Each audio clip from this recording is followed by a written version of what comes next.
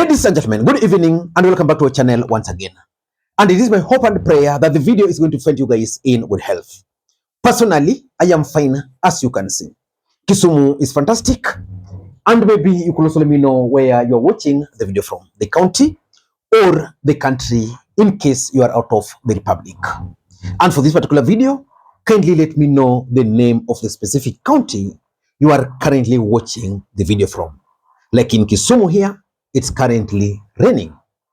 Ladies and gentlemen, there's a video I wanted us to talk about tonight, but based on time and the urgency of this particular video, I'll do it, but I will post it in the morning. I wanted us to talk about Uhuru Kenyatta and William Ruto's handshake and how it's going to shape the 2027 presidential elections in the Republic of Kenya, and whether Uhuru Kenyatta can actually deliver the votes for William Ruto, especially in the mountain. Again, earlier today, Okeya Omtata, the People's Watchman, today announced his bid for the presidency of the Republic of Kenya. I don't know whether to say he announced, but there is the entry of Okeya Omtata in the 2027 presidential elections. Do you think Okeya Omtata, one of the best senators we have in the Republic of Kenya, can actually win the presidency of the Republic of Kenya? I do think he can win the support of the GNCs. That's another video which is coming up. But for now, I want us to talk about something which happened in Murang'a.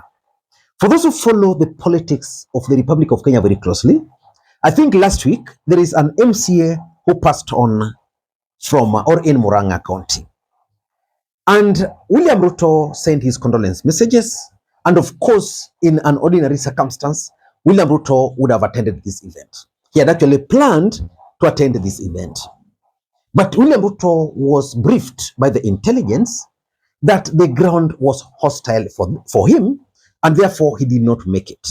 Then William Ruto decided to send his deputy, Professor Kuthure Kindiki.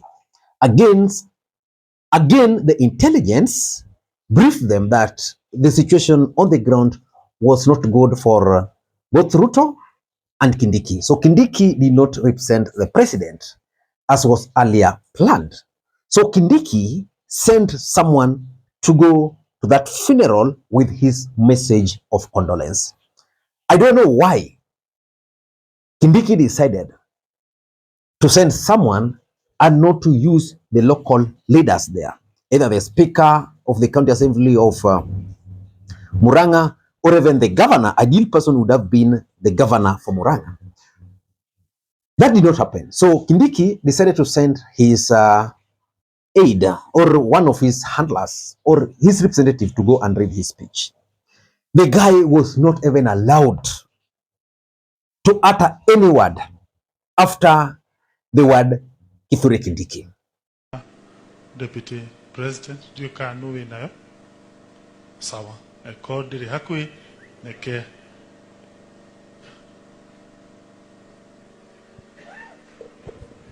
Gaini mwega na hindi ciothe. Your Excellency the clergy negwaritie no nie guhoyo ndaika omwe thome message ya His Excellency the Deputy President of the Republic of Kenya, Professor Kuthure Kindiki.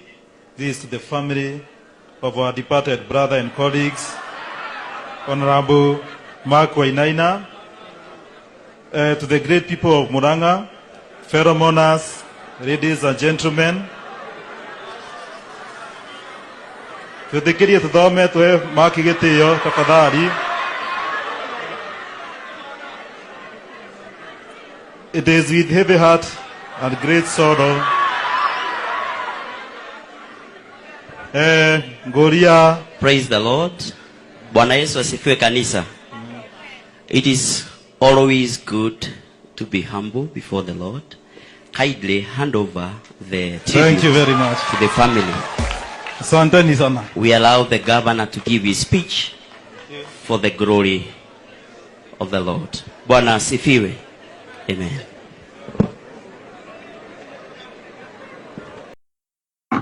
And the event was tense. Anybody associated with William Ruto found it very rough.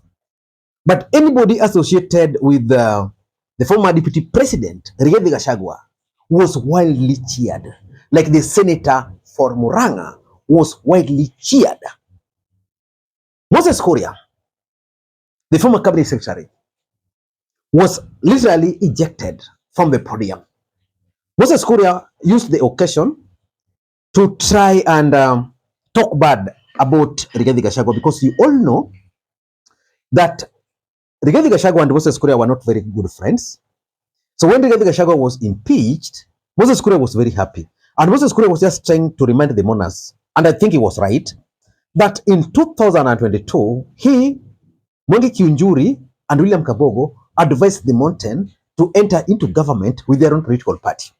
But the person who refused was none other than Rigathi Gachagua. He was just reminding the Mourners, which for me, the Mourners ought to have listened to him. But they could not hear none of it.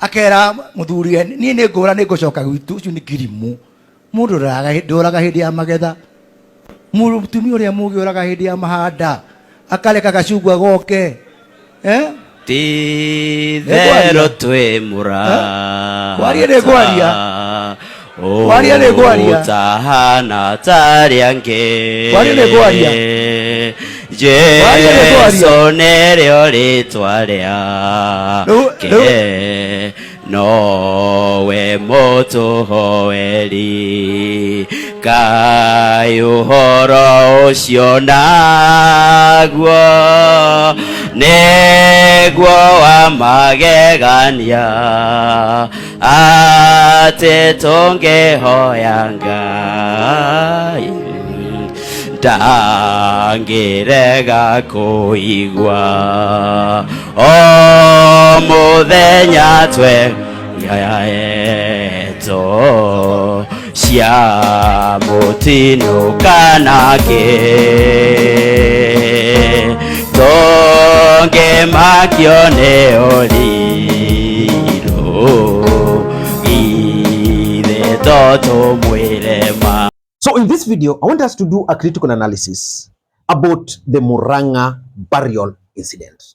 But before I do that, for those who are watching this channel for the first time, please take a second or two, click that subscribe button so that next time we produce a video like this, YouTube will automatically notify you. And to the subscribers, I want to continue thanking you guys for your continued support. Because without that support, this channel cannot be where it is. Ladies and gentlemen, without any further ado, allow me to dive in. But again, before I dive in, allow me to take this opportunity to introduce you guys to LendFi.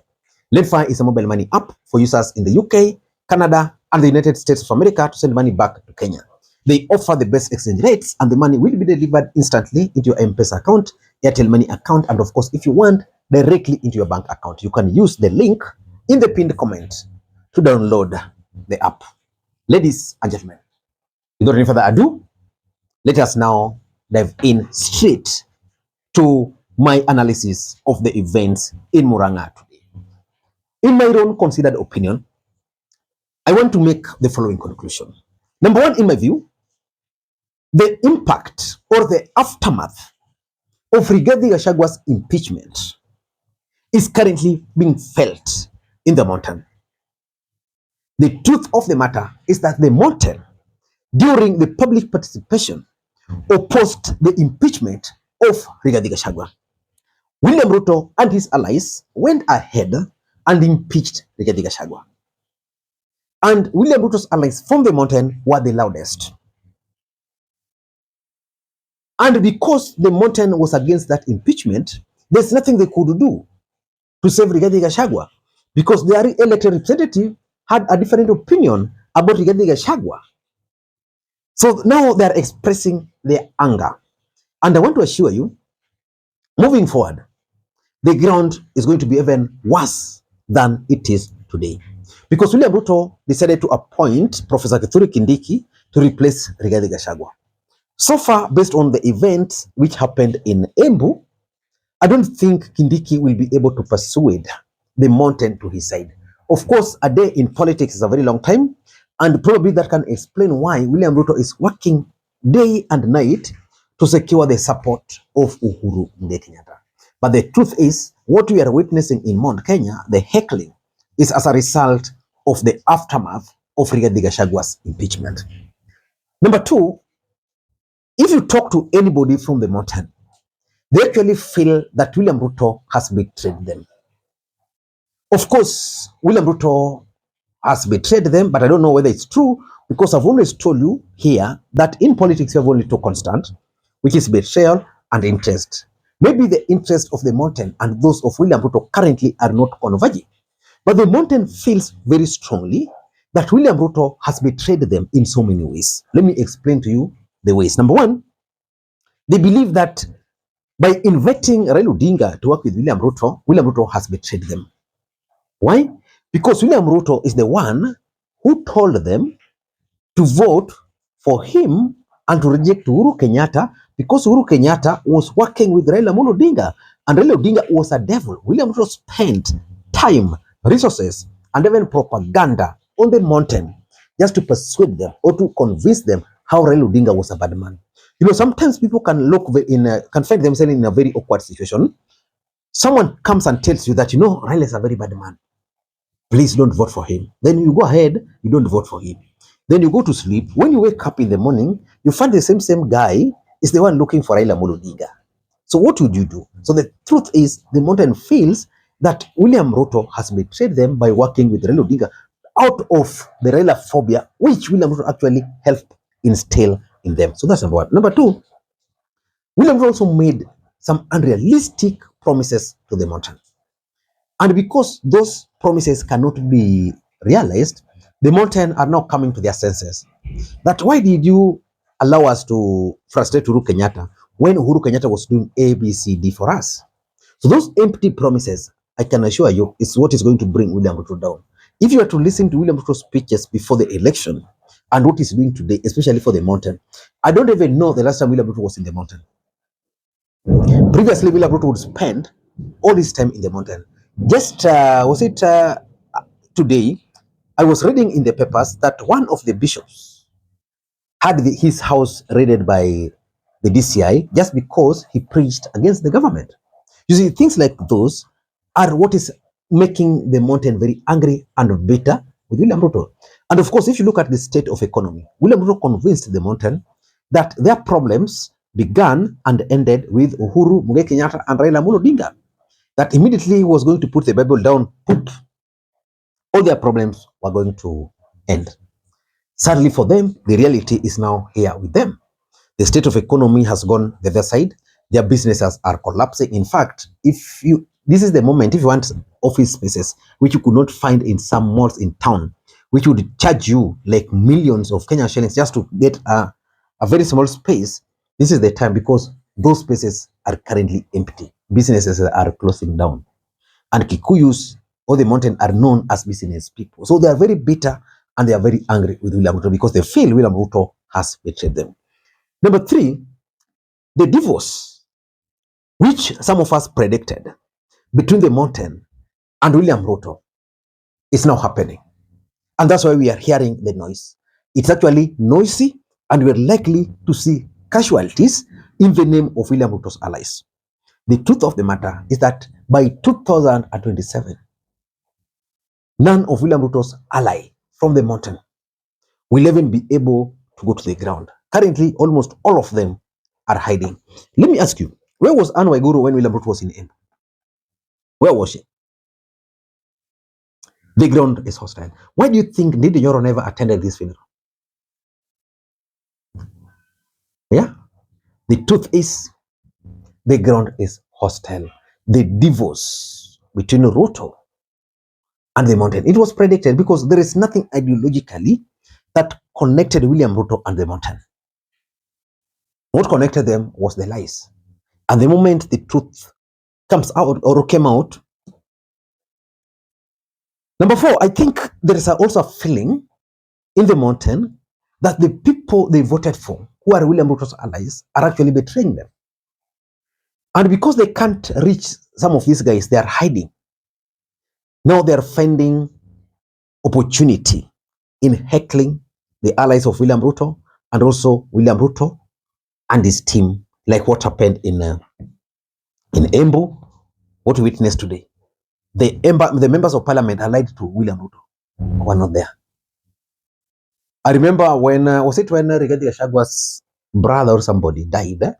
Uhuru Kenyatta did not attend that event and he sent Kanini Kega. At least Kanini Kega was allowed to speak, despite the fact that the ground was a bit hostile. But in this situation, we are finding a representative of the DP not being even allowed to complete his statement. And lastly, and this is something which William Ruto and his team must take seriously. 2027 politics is already decided in the mountain. The mountain has decided.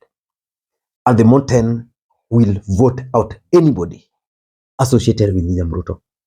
So William Ruto must figure out where he's going to get the votes to cover for the loss in the mountain.